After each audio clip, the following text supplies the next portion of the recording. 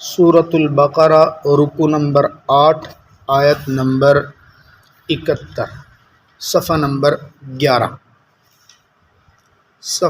11 رکو نمبر 8 71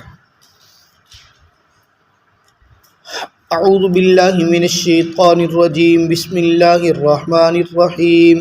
وَإِذْ قَتَلْتُمْ نَفْسًا فَادَّارَأْتُمْ فِيهَا وَاللَّهُ مُخْرِجٌ مَا كُنْتُمْ تَكْتُمُونَ فَقُلْنَا اضْرِبُوهُ بِبَعْضِهَا كَذَلِكَ يُحْيِي اللَّهُ الْمَوْتَى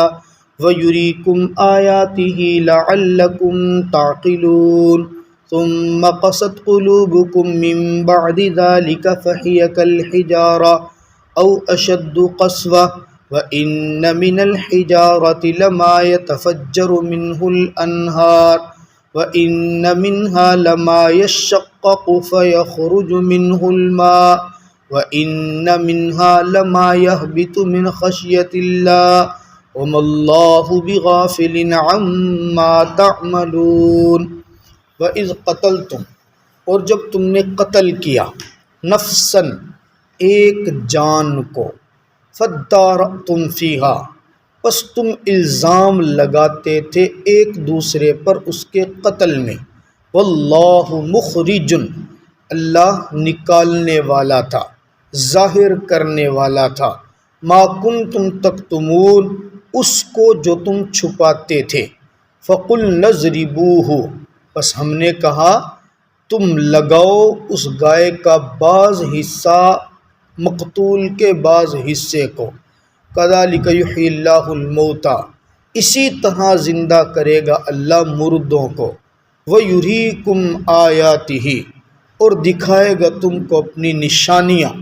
لعلکم تعقلون تاکہ تم سمجھو ثم قست قلوبکم پھر سخت ہو گئے تمہارے دل من بعد ذالک اس کے بعد فہی کالحجارہ پس وہ مثل پتھر کے ہوگے او اشد قسوہ یا پتھر سے بھی زیادہ سخت ہوگے وَإِنَّ مِنَ الْحِجَارَةِ اور بے شک پتھر لَمَا يَتَفَجَّرُ مِنْهُ الْأَنْهَارُ البتہ بہتی ہیں اس سے نہریں وَإِنَّ مِنْهَا اور بے شک بعض پتھر تو ایسے ہیں لَمَا يَشَّقَّقُ البتہ وہ پھٹ جاتے ہیں فَيَخْرُجُ مِنْهُ الْمَاءُ پس نکلتا ہے ان سے پانی وَإِنَّ مِنْهَا لَمَا يَهْبِطُ اور بے شک بعض پتھر ایسے ہیں جو گر پڑتے ہیں اللہ کے خوف سے وَمَا اللَّهُ بِغَافِلٍ عَمَّا تَعْمَلُونَ اللہ نہیں ہے غافل اس سے جو تم عمل کرتے ہو۔ سورہ بقرہ کی ان آیات مبارکہ کے اندر اللہ رب العزت بنی اسرائیل کے اس واقعے کی طرف اشارہ کر رہے ہیں جب بنی اسرائیل میں ایک شخص قتل ہوا تھا۔ اللہ نے حکم دیا تھا کہ تم گائے کو ذبح کرو، گائے کو ذبح کر کے اس کے مخصوص گوشت کا حصہ وہ مقتول کو لگا دو، مقتول زندہ ہو کر کے بتائے گا کہ مجھے قتل کس نے کیا ہے۔ یہ پورا واقعہ ہمارے گزشتہ دروس کے اندر گزرا۔ بنی اسرائیلیوں نے کافی ساری شرائط کے بعد، کافی ساری پوچھ گچھ کے بعد گائے کو ذبح کیا، ذبح کر کے اس کا جسم کا حصہ وہ مردہ کو، میت کو لگایا، وہ زندہ ہو گیا اور زندہ ہو کے اس نے بتایا مجھے فلاں نے قتل کیا ہے۔ اللہ رب العزت فرما رہے ہیں دیکھو جس طرح میں دنیا میں ظاہری طور پر ایک سبب بنا کے گائے کو ذبح کروا کے تھوڑی دیر کے لیے مردے کو زندہ کر سکتا ہوں، اسی طرح کل بروز محشر تمہیں بھی زندہ کروں گا۔ جس طرح اس مردے نے اٹھ کے بتایا نا کہ مجھے فلاں نے قتل کیا ہے، کل بروز محشر تم بھی اپنی قبروں سے اٹھ کر سارا کچھ وہ بتاؤ گے جو آج دنیا میں چھپا کے بیٹھے ہو۔ آج دنیا کے اندر برے اعمال کر کے جو کچھ تم سمجھتے ہو نا